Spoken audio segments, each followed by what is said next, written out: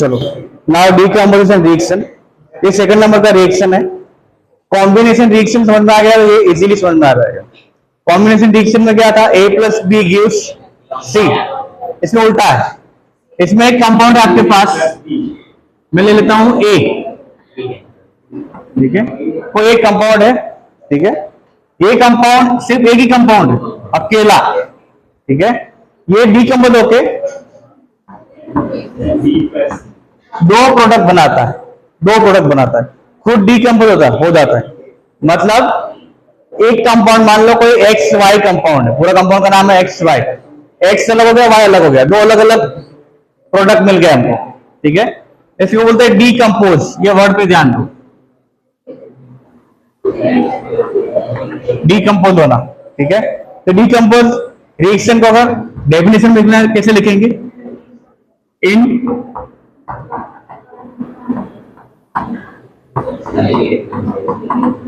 decomposition reaction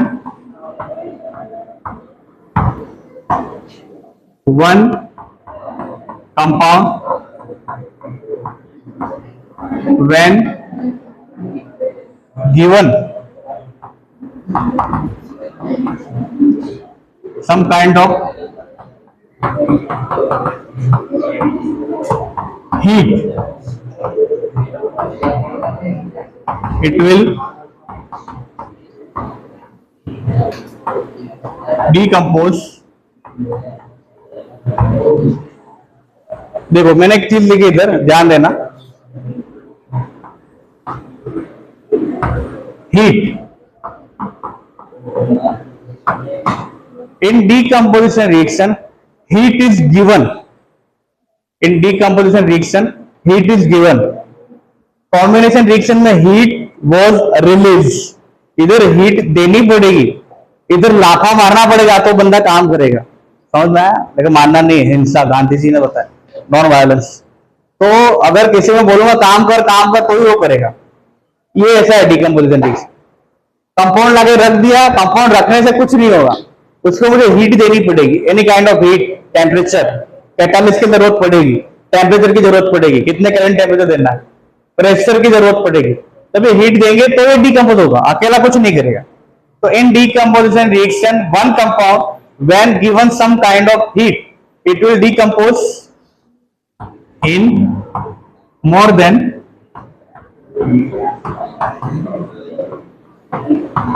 to compounds, more than two compounds, ठीक है, ये है डीकंपोजिशन रिएक्शन। और यहां हीट दी जा रही है, ठीक है, इसलिए इसको बोलते हैं एंडोथर्मिक रिएक्शन।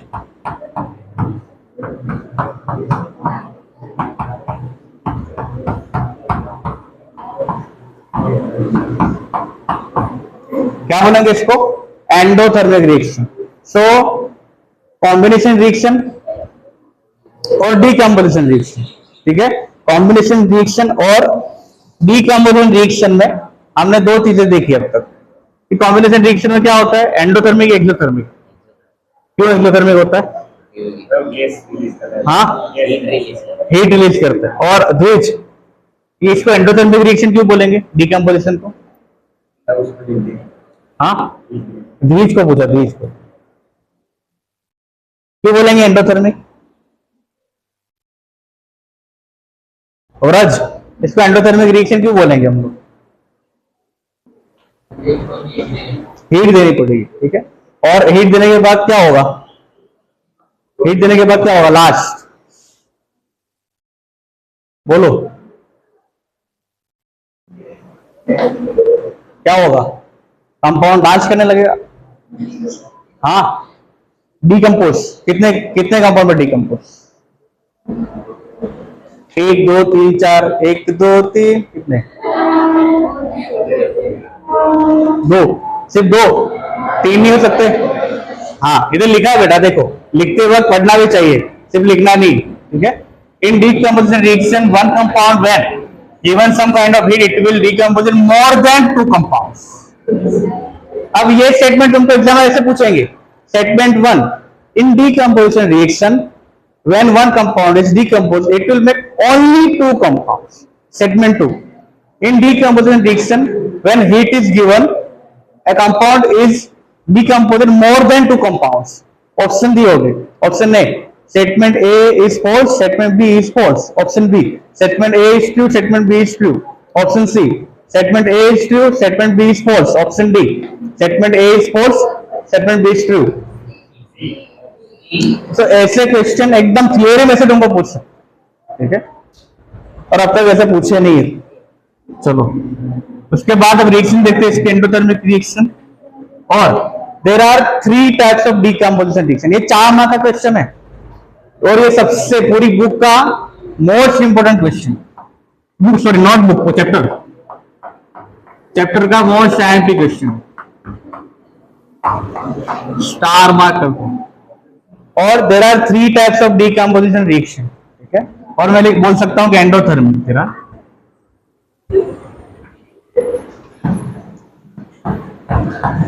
पहला है thermal decomposition. Thermal decomposition. Second है इलेक्ट्रोलाइसिस डीकंपोजिशन. सेकंड है इलेक्ट्रोलाइसिस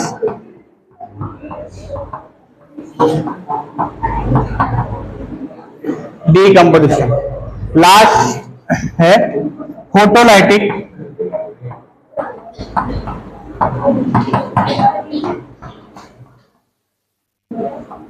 डीकंपोजिशन. 3 टाइप के डीकंपोजिशन है. तीनों 3 समझा देता हूं. देखो बहुत इजी है. हम लोग इजी टू हार्ड जाते हैं. Easy to hard. Ritika ji की होशियारी. जोक मारा क्या मैंने? ऐसे मैं जोक बहुत अच्छा मारता हूं. मैं स्टैंड अप कॉमेडी करता था कॉलेज में. चलो थर्मल डीकंपोजिशन. थर्मल डीकंपोजिशन में हम एक कंपाउंड लेंगे जिसका नाम है, ग्रीन कलर का कंपाउंड होता है. टेस्ट ट्यूब में लेंगे, मैं दिखाऊंगा तुमको लैब में. ग्रीन कलर का कंपाउंड होता है, इसको बोलते हैं फेरस सल्फेट. क्या बोलेंगे?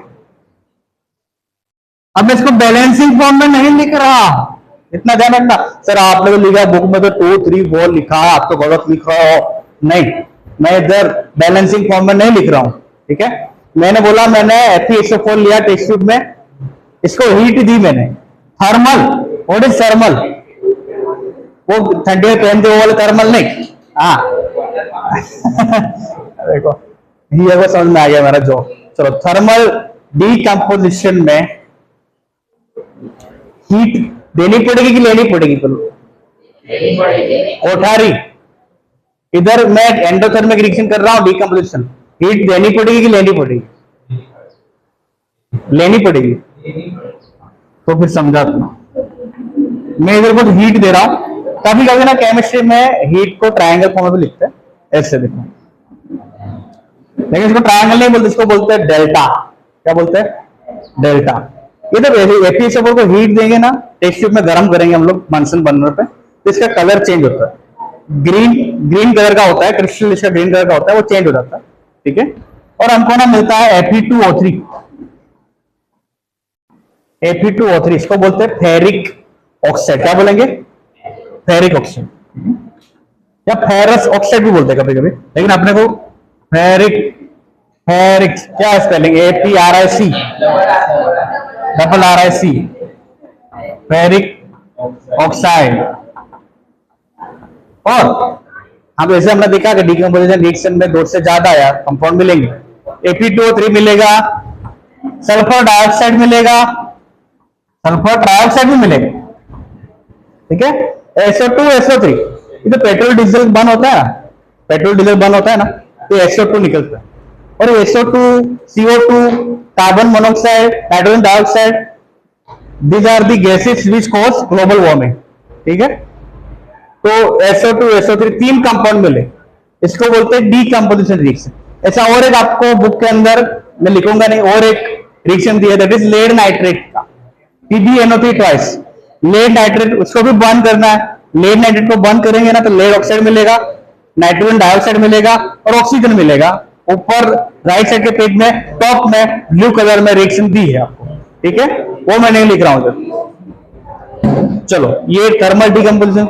इसके बाद देखते हैं इलेक्ट्रोलाइसिस. हाँ बोलो बोलो। हाँ हाँ लिख लो लिख लो। चलो ये रिमूव कर दूं मैं, ऊपर वाला पूरा कर दूं, ये भी कर दूं ना, साथ साथ में लिखा करो, साथ साथ में।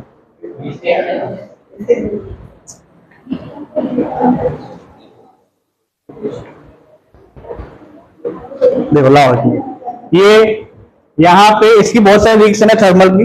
एक तो मैंने ये वाली समझाया आप लोगों को, हाँ ये वाली, ठीक है। तो दूसरी वाली इधर है lead nitrate, yes lead nitrate वाली। इसमें लेड ऑक्साइड, नाइट्रोजन डाइऑक्साइड और ऑक्सीजन मिलता है। ये भी डीकम्पोजिशन थर्मल रिएक्शन ही है, ठीक है।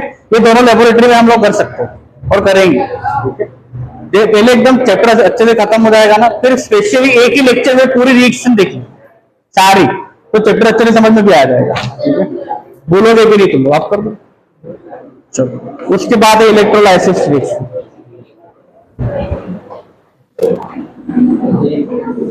देखो इलेक्ट्रोलाइसिस रिएक्शन में क्या होता है, देख इधर देख लो,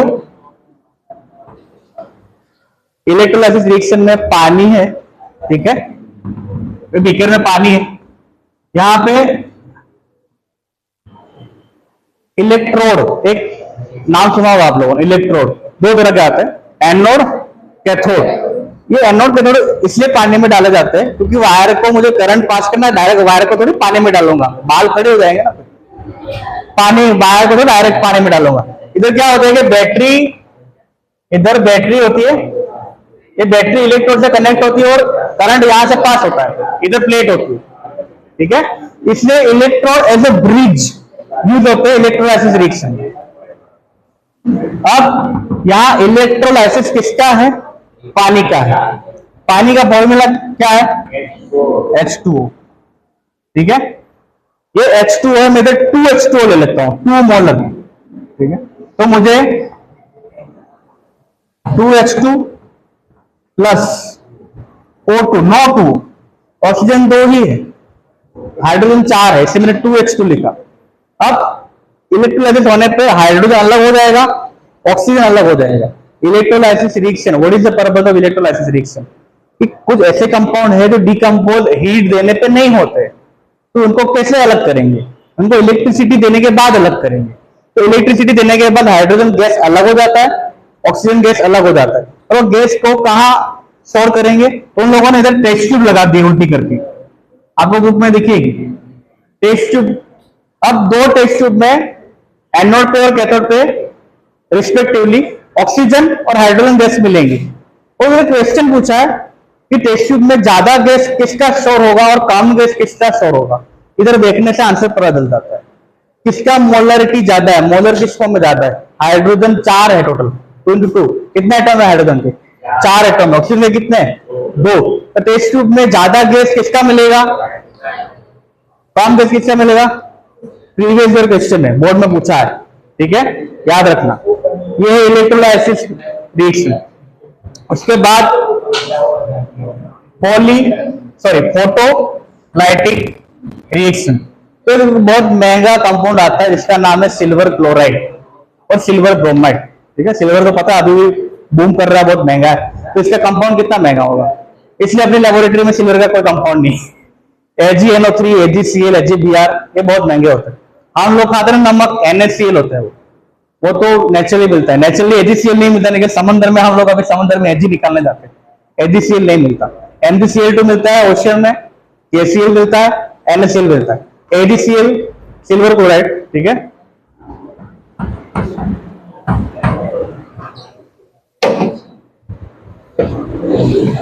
सिल्वर क्लोराइड जो है ये एक प्लेट में रखा जाता है, एक प्लेट में रखा जाता है और उसको सनलाइट के सामने रख दिया जाता है, ठीक है। वो AgCl H मतलब सनलाइट, ठीक है, सनलाइट के प्रेजेंस में अलग हो जाता है और Ag और Cl2 अलग हो जाता है पूरा। तो ये जो सिल्वर क्लोराइड जो है, जो व्हाइट था कंपाउंड, जो व्हाइट था वो अभी सिल्वर अलग होगा, क्लोरीन अलग हो जाएगा। सिल्वर कैसा है, थोड़ा सिल्वर कलर, ठीक है। ये जो AgCl है व्हाइट कलर का होता है प्रॉपर। जैसे डिकम्पोज होगा Ag अलग क्लोरीन अलग, वैसे एक दूसरी रिएक्शन है AgBr, silver bromide, same reaction, Ag अलग, Br2 भी अलग। ये रिएक्शन इसको बोलेंगे फोटोलाइटिक डिकम्पोजिशन। इसमें हीट कौन दे रहा है? सनलाइट दे रहा है। कौन दे रहा है हीट? सनलाइट। इधर हीट कौन दे रहा है? इलेक्ट्रिसिटी। इधर हीट कौन सी है? थर्मल डिकम्पोजिशन, बर्न कर रहा है। ठीक है, ये जो रिएक्शन है वेरी इंपॉर्टेंट, ये यूज होती है ब्लैक एंड व्हाइट फोटोग्राफी में। ब्लैक एंड व्हाइट फोटोग्राफी में ये रिएक्शन का यूज किया जाता है। वेरी इंपॉर्टेंट, याद रखना। ठीक है, आपको क्वेश्चन पूछेंगे, option A thermal decomposition, option B electrolysis reaction, option C photolytic reaction, option D combination reaction. आपको पूछेंगे कि ब्लैक एंड व्हाइट फोटोग्राफी में from the below option which reaction is using, तो फोटोलाइटिक रिएक्शन। और ये बहुत सारे ऐसे सिंपल इजी क्वेश्चन, आपको लगता है बहुत इजी, अभी लगेंगे, रीजन नहीं होगा तो हार्ड लगेंगे। और एक तरह से भी पूछ सकते हैं, option A silver bromide, option B FeSO4, option C PbNO3 twice, option D H2O। इस कंपाउंड में से कौन सा कंपाउंड डिकम्पोजिशन, कौन सा कंपाउंड इलेक्ट्रोलाइसिस रिएक्शन के लिए यूज किया जाता है? H2O, electrolysis reaction. ठीक है, FeSO4 का बाई कंपाउंड का इलेक्ट्रोलाइसिस नहीं करना है। ठीक है, एवरी कंपाउंड इज डिफरेंट, सबके लिए अलग अलग डिकम्पोजिशन। और डिकम्पोजिशन रिएक्शन का दूसरा नाम कौन सा दिया आपने? Endothermic reaction. और बहुत सारी ऐसी रिएक्शन है जिसको अलग अलग टेम्परेचर देने पे भी रिएक्शन करते हैं। जैसे आपको बुक में दिया है 373 केल्विन पे रिएक्शन की जाती है, कुछ ATM प्रेशर पे रिएक्शन की जाती है, उसको भी क्या बोलेंगे? Decomposition reaction. देखो ये आपको इधर प्लेट में लिखा है ब्लैक एंड व्हाइट फोटोग्राफी। ठीक है, इधर पीछे देखोगे जो लिखा हुआ है ब्लैक एंड व्हाइट फोटोग्राफी में यूज होता है।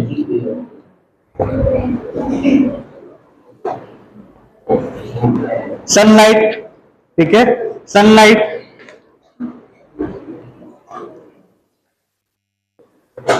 ये जो है activity 1.7 that is electrolysis reaction. ठीक है, ये आसमा पर लिखना है कि मैंने बीकर लिया, मैंने एनोड लिया, मैंने कैथोड लिया, मैंने बैटरी से कनेक्ट किया, उसने करंट पास किया, टेस्ट ट्यूब को उल्टा डाला, उल्टा डालने पर इलेक्ट्रोलाइसिस रिएक्शन होने के बाद हाइड्रोजन गैस, 4 एटम मिलने पे ज्यादा गैस मिलता है, ऑक्सीजन का कम गैस मिलता है। ये लिखना आएगा ना आपने को इंग्लिश में? पास हो गए। अब वो गोलमाल के तुषार कपूर को बुलाना पड़ेगा, माया ओ। चलो